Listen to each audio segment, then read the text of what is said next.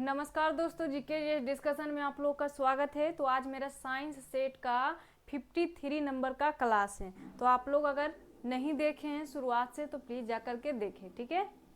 चलिए question start करते हैं। और कुछ लोग कह रहे थे कि लाइव कब आइएगा, तो लाइव भी आएंगे, जल्द ही आएंगे, ठीक है।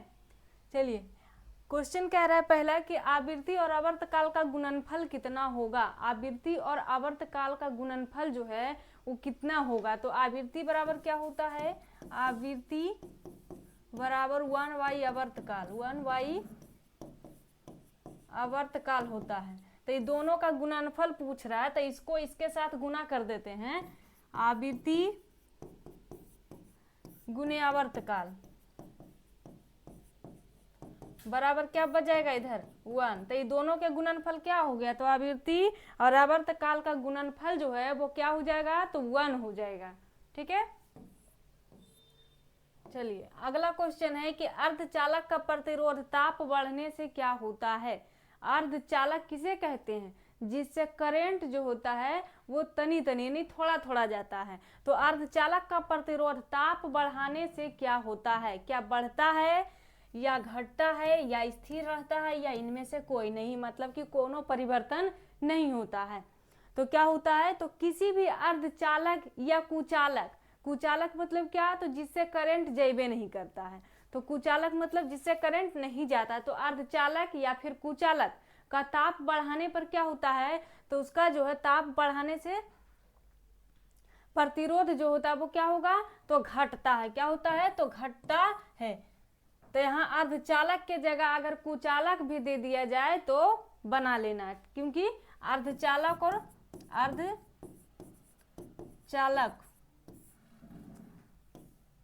और कुचालक और विद्युत अपघट्य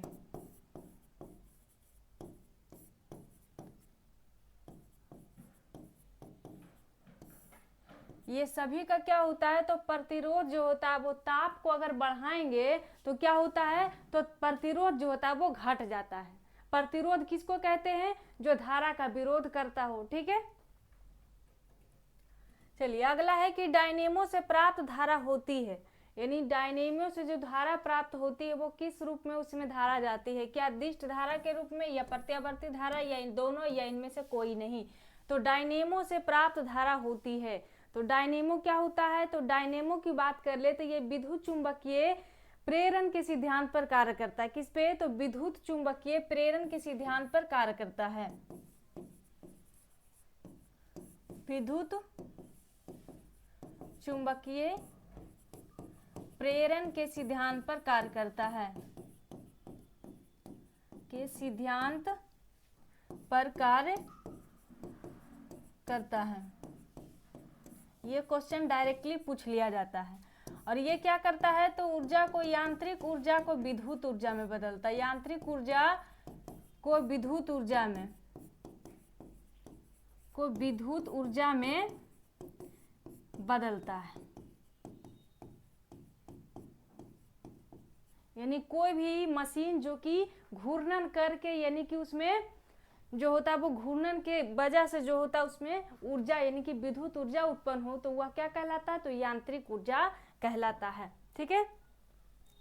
और क्या यांत्रिक ऊर्जा जो होता है वो एक प्रकार का क्या होता है, तो विद्युत जनरेटर की तरह कार्य करता है। विद्युत जनरेटर की तरह कार्य करता है, विद्युत जनरेटर की तरह कार्य करता है,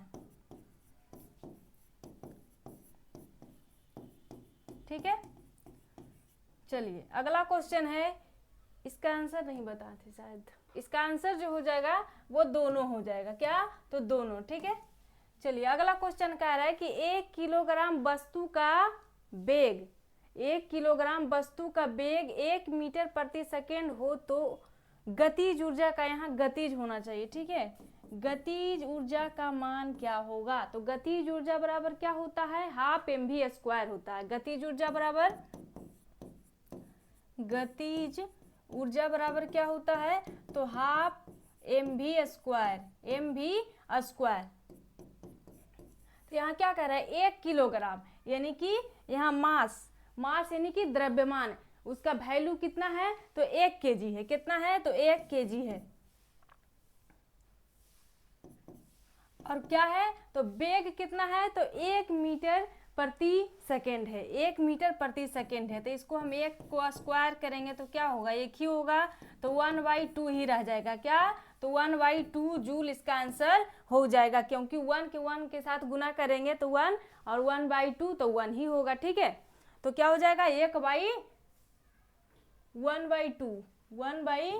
जूल। ठीक है, चलिए अगला क्वेश्चन कह रहा है कि किसी एक समान वृत्तीय गति में क्या होती है। किसी एक समान वृत्तीय गति में मतलब कि किसी वृत्त पर जो होता है वो एक समान चाल से, मतलब ना चाल को बढ़ाए ना घटाए, कोई स्थिर चाल को ले लिया जाए तो क्या होता है, उसमें वेग व त्वरण दोनों नियत रहती है, चाल और त्वरण दोनों ही नियत रहती है, या वेग व त्वरण दोनों ही परिवर्तित होती है, या इनमें से कोई नहीं। तो जब एक समान गति से जो कोई वृत्तीय पथ पर चलता है तो उसमें क्या होता है, तो वेग और त्वरण जो होता है वो क्या होता है, तो नियत रहता है। ठीक है, चलिए अगला क्वेश्चन है कि केतली में पानी गर्म होना उदाहरण है। केतली में जो होता है वो पानी कैसे गर्म हो जाता है, मतलब कि पानी जो होता है वो किस विधि के द्वारा गर्म होता है, क्या संवहन विधि के द्वारा, या चालन, या विकिरण, या फिर संघनन, किसके द्वारा होता था। ये चारों जो होता है वो उष्मा का स्थानांतरण का जो है वो विधि है। ठीक है, तो यही पूछ रहा है कि केतली में जब पानी गर्म होता है तो पानी कैसे गर्म हो जाता है, किस विधि के द्वारा, तो ये संवहन विधि के द्वारा। किस विधि के द्वारा, संवहन विधि के द्वारा पानी जो होता है वो गर्म होता है। गैस या फिर द्रव को जो होता है वो गैस या द्रव को गर्म किया जाता है किसके द्वारा, यानी कि इसमें उष्मा का स्थानांतरण कैसे होता है, तो गैस और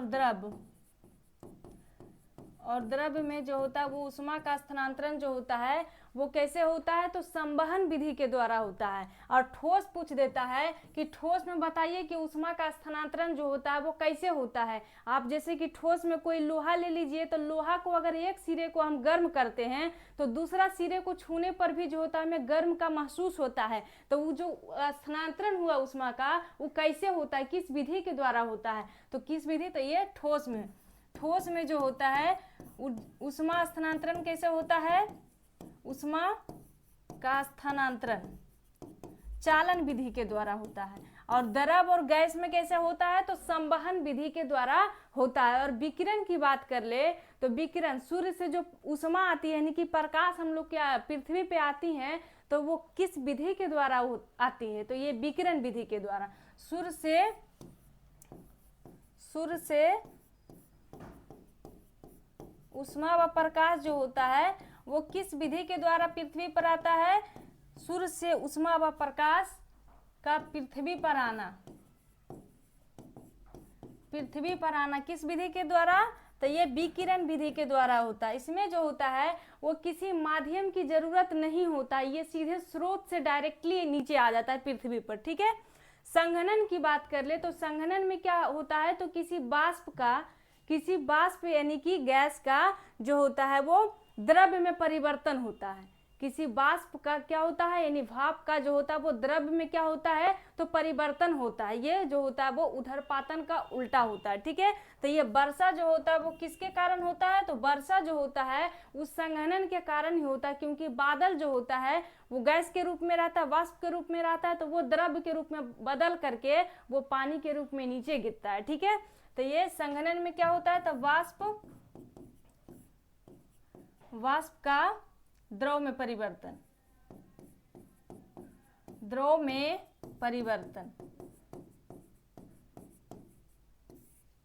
ये सारे क्वेश्चन आप लोग को याद रखना है, ऐसा नहीं कि 25 क्वेश्चन है तो 25 क्वेश्चन का ही याद रखेंगे, और बाकी ये सब जो लिखते हैं हम इतना मेहनत करते हैं तो उसको नहीं याद कीजिएगा तो फिर क्या फायदा है। तो हम 25 क्वेश्चन ऐसे ही 1 ABC करके चल जाएंगे तो फिर उसमें भी बोलिएगा कि उतना नहीं बताती है। चलिए अगला है कि इनमें से कौन सी विकिरण वायु द्वारा जो होता है सबसे अधिक सुगमता से रोका जा सकता है।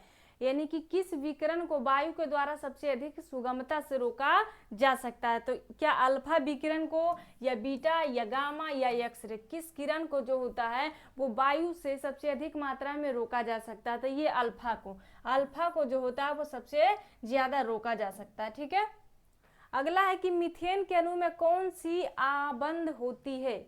मीथेन के अणु में कौन सी आबंध होती है? तो मीथेन का फॉर्मूला क्या होता है? तो CH4 होता है। क्या होता है?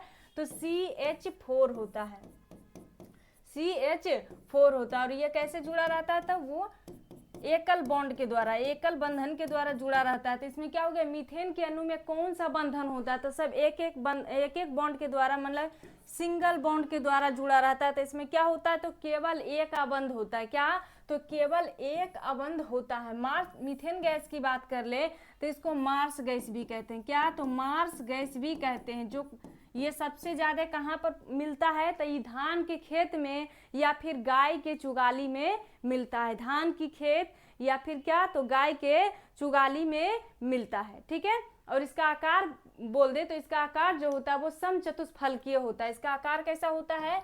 तो समचतुष्फलकीय होता है, समचतुष्फलकीय।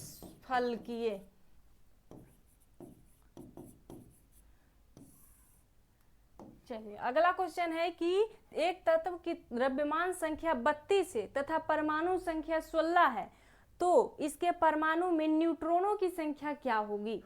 न्यूट्रॉन की संख्या क्या होगी? तो न्यूट्रॉन की संख्या बराबर क्या हो जाएगा? तो ये द्रव्यमान संख्या में से क्या करेंगे? तो परमाणु संख्या को घटा देंगे तो हमारा क्या हो जाएगा? न्यूट्रॉनों की संख्या निकल करके 16 आ जाएगा। ठीक है, चलिए अगला क्वेश्चन है कि इनमें से कौन यहाँ गलती हो गई थोड़ा सा, बायोमास। ठीक है, वायु नहीं, बायोमास का ऊर्जा, इनमें से कौन सा बायोमास ऊर्जा का उदाहरण है? इनमें से कौन बायोमास ऊर्जा का उदाहरण है? तो बायोमास ऊर्जा जो है वो हम किसको कहेंगे? तो पेड़ पौधे या मरे हुए जीव जंतु या अपशिष्ट पदार्थ के सड़ने गलने से जो ऊर्जा बनती है उसको हम बायोमास ऊर्जा कहते हैं। और इसकी बात कर ले तो ये जो होता है वो जीवाश्म ईंधन के रूप में इसको जाना जाता है। तो इनमें से कौन सा बायोमास ऊर्जा का उदाहरण नहीं है? तो लकड़ी है, गोबर है, कोयला है, क्योंकि इस सब को सड़ा गला करके जो होता है वो ऊर्जा का रूप दिया जाता है। लेकिन परमाणु ऊर्जा जो है वो क्या है? तो ये बायोमास ऊर्जा का उदाहरण नहीं है, बायोमास ऊर्जा का उदाहरण नहीं है परमाणु ऊर्जा। ठीक है, अगला है कि किसी तत्व के समस्थानिक से क्या तात्पर्य होता है? तो समस्थानिक में क्या होती है? क्या द्रव्यमान संख्या अलग अलग होती है, या द्रव्यमान संख्या समान होती है, या परमाणु संख्या अलग होती है, या परमाणु संख्या समान होती है? तो किसी तत्व के समस्थानिक यानी आइसोटोप का मतलब क्या होता है? तो उसमें क्या होती है? तो परमाणु संख्या जो होती है वो क्या होती है? तो समान होती है, परमाणु संख्या समान होती है। ठीक है, अगला है कि जल शोधन का कौन सा तरीका सूक्ष्म जीव को नष्ट नहीं करेगी? मतलब को जल को शुद्ध करने वाला कौन सा तरीका है इन चार में से जो कि क्या करेगी? तो सूक्ष्म जीव को नष्ट नहीं करेगी। क्या उबलना, या निस्यंदन, या क्लोरीनीकरण, या प्रवैगिनी विकिरण? तो कौन सा नहीं है? तो क्या हो जाएगा? तो ये निस्यंदन यानी कि फिल्ट्रेशन, निस्यंदन यानी कि फिल्ट्रेशन। तो कहीं कहीं फिल्ट्रेशन भी दिया रहेगा। इसमें क्या होता है? तो इसमें ठोस को द्रव से अलग किया जाता है। इस विधि के द्वारा जो होता है वो जल को शुद्ध करने में क्या होता है? तो ये जीवाणु को यानी कि सूक्ष्म जीव को नहीं मारा जाता इस विधि के द्वारा। तो अगर उबालना की बात कर ले तो उबालेंगे अगर हम पानी को तो उसमें जितना भी सूक्ष्म जीव रहेगा वो तो मर ही जाएगा उष्मा ज्यादा के कारण। क्लोरीनीकरण में भी क्या होता है? तो क्लोरीनीकरण के द्वारा भी पानी को शुद्ध किया जाता है, जो कि सबसे ज्यादा अच्छा विधि इसी को माना जाता है। तो ये क्लोरीनीकरण के द्वारा भी क्या होता है? तो सूक्ष्म जीव मर जाएगा। और प्रवैगिनी विकिरण, इसका तो बात ही अलग है। अगर ये पृथ्वी पर आ जाएगा तो सूक्ष्म जीव क्या बल्कि मानव और जीव जंतु सारे खत्म हो जाएंगे। तो इसके ये क्या हो जाएगा इसका आंसर? तो ये निस्यंदन। चलिए अगला है कि कौन सी गैसीय वायु प्रदूषण नहीं है? इनमें से कौन सा गैस जो है वो वायु प्रदूषण यानी कि हमारे वायु को प्रदूषित नहीं करती है? क्या सल्फर डाइऑक्साइड, या नाइट्रोजन के ऑक्साइड, या हाइड्रोकार्बन, या धुआं? कौन सा ऐसा गैस है जो वायु को प्रदूषित नहीं करती है?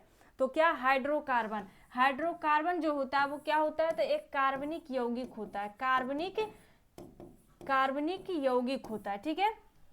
कार्बनिक यौगिक होता है जो किसका बना होता है? तो कार्बन और हाइड्रोजन का,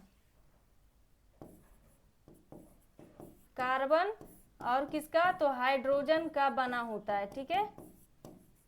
धुआं भी करती है हमारे वायुमंडल को प्रदूषित, नाइट्रोजन के ऑक्साइड भी करते हैं, यानी कि नाइट्रोजन ऑक्साइड और सल्फर डाइऑक्साइड तो करता ही करता है। अगला है कि सोडा लाइम क्या है? सोडा लाइम क्या है? क्या यह सोडियम हाइड्रोक्साइड और कैल्शियम हाइड्रोक्साइड का मिश्रण है, या फिर सोडियम और कैल्शियम ऑक्साइड का मिश्रण है, या फिर कैल्शियम और सोडियम क्लोराइड का मिश्रण है, या इनमें से कोई नहीं? तो सोडियम हाइड्रोक्साइड और कैल्शियम हाइड्रोक्साइड का क्या है? मिश्रण है। सोडियम हाइड्रोक्साइड और कैल्शियम हाइड्रोक्साइड। तो सोडियम हाइड्रोक्साइड CaOH का होल 2, CaOH का होल 2, सॉरी कैल्शियम हाइड्रोक्साइड ये होगा CaOH का होल 2, और इसका क्या हो जाएगा? तो NaOH सोडियम हाइड्रोक्साइड और कैल्शियम हाइड्रोक्साइड का क्या होता है? तो ये मिश्रण होता है। और इसकी बात कर ले कि सोडा लाइम का सूत्र क्या होता है? तो CaHNO2 होता है, CaHNO2 होता है, ठीक है। अगला है कि किसी रासायनिक यौगिक का लघुत्तम इकाई क्या होता है? किसी रासायनिक यौगिक का लघुत्तम इकाई क्या होता है, यानी कि किसी भी पदार्थ का सबसे छोटा इकाई क्या होता है? क्या इलेक्ट्रॉन होता है, प्रोटॉन होता है, परमाणु या फिर अणु? तो ये किसी रासायनिक यौगिक का सबसे छोटा यूनिट क्या होता है? तो क्या होता है? तो परमाणु होता है। क्या? परमाणु होता है। अणु जो होता है वो 2 परमाणु या 2 से अधिक परमाणु से मिलकर बना होता है। तो अणु छोटा है इसका मतलब ही नहीं कहिएगा कि अणु ही सबसे छोटा है, क्योंकि ये दिखने में छोटा है लेकिन ये परमाणु से क्या है? बड़ा है। तो ये इसका आंसर परमाणु हो जाएगा, ठीक है। अगला है कि विषाणु में क्या होता है? विषाणु में क्या होता है? क्या केवल DNA होता है, या केवल RNA होता है, या फिर दोनों होता है, या RNA होता है, या DNA होता है? तो क्या हो जाएगा? तो विषाणु में या तो RNA होता है यानी राइबो न्यूक्लिक एसिड, या फिर क्या होता है? तो DNA होता है, ठीक है। दोनों में से कोई एक ही होता है। अगला है कि लसिका किसमें उपस्थित होता है? लसिका किसमें उपस्थित होता है? क्या संवहन ऊतक में, उपास्थि में, या सल्की ऊतक में, या तंत्रिका तंतु में? तो लसिका किसमें उपस्थित होता है? तो लसिका जो होता है वो किसमें? तो ये संवहन ऊतक में उपस्थित होता है। किसमें? तो संवहन ऊतक में उपस्थित होता है। अगला है कि पीलिया रोग में रुधिर में किसकी मात्रा बढ़ जाती है? पीलिया रोग कहिए, या हेपेटाइटिस कहिए, या फिर जॉन्डिस कहिए। तो इसमें क्या होता है? तो पीलिया रोग में रुधिर में किसकी मात्रा बढ़ जाती है, यानी कि किसकी मात्रा बढ़ने से शरीर पीला होने लगता है? क्या बिलरुबिन की मात्रा बढ़ जाती है, या हीमोग्लोबिन, या बाइल अम्ल, या पायरुविक अम्ल? तो ये पीलिया रोग में रुधिर में जो होता है वो किसकी मात्रा बढ़ जाती है? तो ये किसकी? तो बिलरुबिन की मात्रा बढ़ जाती है। बिलरुबिन की मात्रा बढ़ जाती है। पीलिया रोग को हम किस किस नाम से बोले? तो ये हेपेटाइटिस या जॉन्डिस, यह जॉन्डिस के नाम से भी जाना जाता है। इसमें क्या होता है? तो शरीर जो होता है पूरा बॉडी पीला पड़ने लग जाता है, और आंख वगैरह जो होता है वो पीला दिखने लगता है, ठीक है। इनमें से कौन सैग्यूबोरस, इनमें से सैग्यूबोरस कौन है? सैग्यूबोरस इनमें से कौन है? तो सैग्यूबोरस मतलब क्या? तो वैसा प्राणी जो खून पे जिंदा रहता है, ठीक है। तो क्या सांप है, या केचुआ है, या कॉकरोच है, या मच्छर है? तो ये मच्छर जो होता है वो सैग्यूबोरस प्राणी के अंतर्गत आता है। क्यों? मच्छर में जो होता है वो मेन रूप से मादा मच्छर की, मादा मच्छर को जब जो होता है वो गर्भावस्था में क्या होती है? तो ब्लड की ज़्यादा ज़रूरत होती है, क्योंकि जो होता है उसमें अंडाणु जो परिपक्व होते हैं, अगर ब्लड उसके बॉडी में नहीं रहेगा तो क्या होगा? वो बच्चे को जन्म नहीं दे पाएगी। तो ये जो होता है सैग्यूबोरस प्राणी हम किसे कहते हैं? तो जो कि रक्त आहार करता है, रक्त को जो होता है वो पी करके जिंदा रहता है, तो वो क्या हो जाएगा? मच्छर। और मच्छर में जो होता है वो मादा मच्छर जो होता है वो ज्यादा इनको खून की जरूरत होती है। ठीक है, अगला है कि मास्टर ग्रंथि के नाम से किसको जाना जाता है। मास्टर ग्रंथि के नाम से किसको जाना जाता है? क्या थायराइड को, पीयूष ग्रंथि को, एड्रिनल को या अग्नाशय को? मास्टर ग्रंथि के नाम से किसको जाना जाता है? तो मास्टर ग्रंथि की बात कर ले तो मास्टर ग्रंथि के नाम से पीयूष ग्रंथि को जाना जाता है। किसको? तो पीयूष ग्रंथि को जाना जाता है। इसका कार्य क्या होता है? तो मास्टर ग्रंथि कहिए या फिर पीयूष ग्रंथि कहिए, तो इसका कार्य जो होता है वो अंतःस्रावी ग्रंथि, अंतःस्रावी ग्रंथि को क्या करता है? तो नियंत्रित करता है, नियंत्रित करता है। मतलब जितने भी अंतःस्रावी ग्रंथि है उस सबको क्या करता है? तो ये नियंत्रित करता है। ये कहाँ पाया जाता है? पीयूष ग्रंथि जो होता है पाया कहाँ जाता है? तो ये मस्तिष्क में पाया जाता है, मस्तिष्क में पाया जाता है, पाया जाता है। और इसका आकार की बात कर ले तो इसका आकार जो होता है वो मटर के दाने के बराबर, मटर के दाना के जैसा इसका आकार दिखता है, के जैसा इसका आकार दिखता है। ठीक है, अगला है कि टेकोफेरॉल किस विटामिन का रासायनिक नाम है? टेकोफेरॉल जो है वो किस विटामिन का रासायनिक नाम है? क्या ए का है, बी का है, डी का है या ई का है? तो टेकोफेरॉल जो होता है वो किस विटामिन का रासायनिक नाम है? तो किसका है? तो ई का है। टेकोफेरॉल जो होता है विटामिन ई का रासायनिक नाम है। विटामिन ई की बात कर ले तो ये हरी सब्जियां, दूध, मक्खन, अंकुरित गेहूं, ये अंकुरित गेहूं जो होता है इसके ऊपर क्वेश्चन आ चुका है। ठीक है, तो ये टेको यानी कि विटामिन ई जो होता है, विटामिन ई का स्रोत जो होता है वो हरी सब्जी, दूध, मक्खन और अंकुरित गेहूं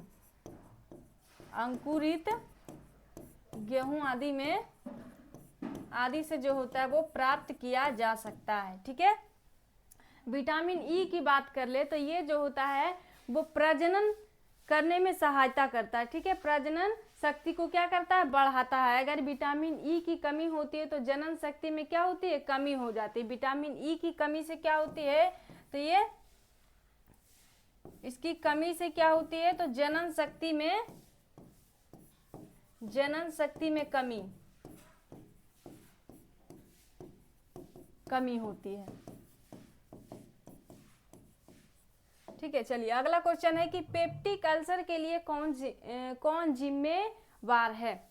पेप्टिक अल्सर के लिए कौन जिम्मेवार है? तो पेप्टिक अल्सर की बात कर ले तो ये एक प्रकार का घाव होता है। ये घाव जो होता है वो कहाँ होता है? तो ये पेट के अंदर होता है। पेट के अंदर यानी कि जैसे छोटी आंत हो गया, ग्रसनी हो गया, ग्रासनली, ये सब जो होता है वो इसके जो होता है वो अंदर जो होता है ये क्या करता है? तो घाव के रूप में जो होता है बना लेता है, जो कि काफी ज्यादा एकदम हानिकारक होता है। ठीक है, तो ये पेप्टिक अल्सर के लिए कौन जिम्मेदार होता है? तो क्या हेलिकोबैक्टर पाइलोरी या एंटमीबा हिस्टोलिका या प्लाज्मोडियम या ट्रिप्नोसोमा ब्रूसी, किसके कारण जो होता है वो पेप्टिक अल्सर होता है? तो पेप्टिक अल्सर किसके कारण होता है? तो ये हेलिकोबैक्टर जो होता है वो पाइलोरी, ये क्या होता है? तो एक प्रकार का आंतरिक घाव होता है, आंतरिक घाव यानी कि पेट में होता है। ठीक है, जिससे छोटी आंत, ग्रास नली ये सब जो होता है वो डिफेक्टेड हो जाती है। अगला क्वेश्चन है कि प्लाज्मा का मुख्य घटक क्या होता है? यानी कि प्लाज्मा में सबसे ज्यादा क्या पाया जाता है? अगर मुख्य लगा दिया जाता है किसी भी चीज में तो उसमें पूछा जाता है कि बताइए कि सबसे ज्यादा क्या है? क्या पानी है या नमक या प्रोटीन या ग्लूकोज? तो प्लाज्मा में सबसे ज्यादा क्या पाया जाता है? तो प्लाज्मा में सबसे ज्यादा जो पाया जाता है वो क्या पाया जाता है? तो प्लाज्मा में सबसे ज्यादा पाया जाता है क्या? तो पानी सबसे ज्यादा पाया जाता है, लगभग 90%, लगभग 90% जो होता है वो क्या पाया जाता है? तो ये पानी पाया जाता है। इसके अलावे जो होता है वो आयरन, बाकी अन्य पोषक तत्व भी पाए जाते हैं। और प्लाज्मा की बात कर ले तो प्लाज्मा में जो होता है वो एक प्रकार का प्रोटीन पाया जाता है जिसका नाम क्या होता है, तो एल्बुमिन होता है। प्लाज्मा में एल्बुमिन नाम का प्रोटीन पाया जाता है, नाम का प्रोटीन पाया जाता है प्लाज्मा में, ठीक है। तो ऐसे क्वेश्चन पूछ देगा कि बताइए कि प्लाज्मा में कौन सा प्रोटीन पाया जाता है, तो क्या, तो एल्बुमिन, ठीक है। चलिए अगला क्वेश्चन है कि राइजोम का उदाहरण इनमें से कौन सा है, राइजोम कहिए या फिर प्राकंद कहिए। तो राइजोम का उदाहरण क्या है, क्या अदरक है, आलू है, लहसुन है या फिर जिमीकंद है। तो ये राइजोम का उदाहरण इनमें से क्या है, तो राइजोम की बात कर ले तो ये अदरक और हल्दी जो होता है वो प्रकंद का उदाहरण कहलाता है। अदरक और हल्दी क्या, तो प्रकंद का उदाहरण कहलाता है। आलू की बात कर ले तो आलू किसका, तो आलू तना का उदाहरण होता है, किसका, तो तना का उदाहरण होता है। लहसुन जो होता है बल्ब का उदाहरण होता है, किसका, तो बल्ब का उदाहरण होता है। लहसुन जो होता है वो प्याज की श्रेणी में आता है। जिमीकंद की बात कर ले तो जिमीकंद का दूसरा नाम क्या होता है, तो जिमीकंद को सूरन के नाम से भी जाना जाता है और इस पे काफी बार जो होता है वो क्वेश्चन पूछे जाते हैं। तो इसको सूरन के नाम से भी जाना जाता है, तो जिमीकंद कहिए या फिर सूरन कहिए, ठीक है। तो चलिए 25 क्वेश्चन समाप्त हो गया है। तो आप लोग को सेशन अगर अच्छा लगता है तो please share, like and subscribe करें, ठीक है। जय हिंद, जय भारत। बाकी लाइव होगा क्लास 3-4 दिन के अंदर, ठीक है।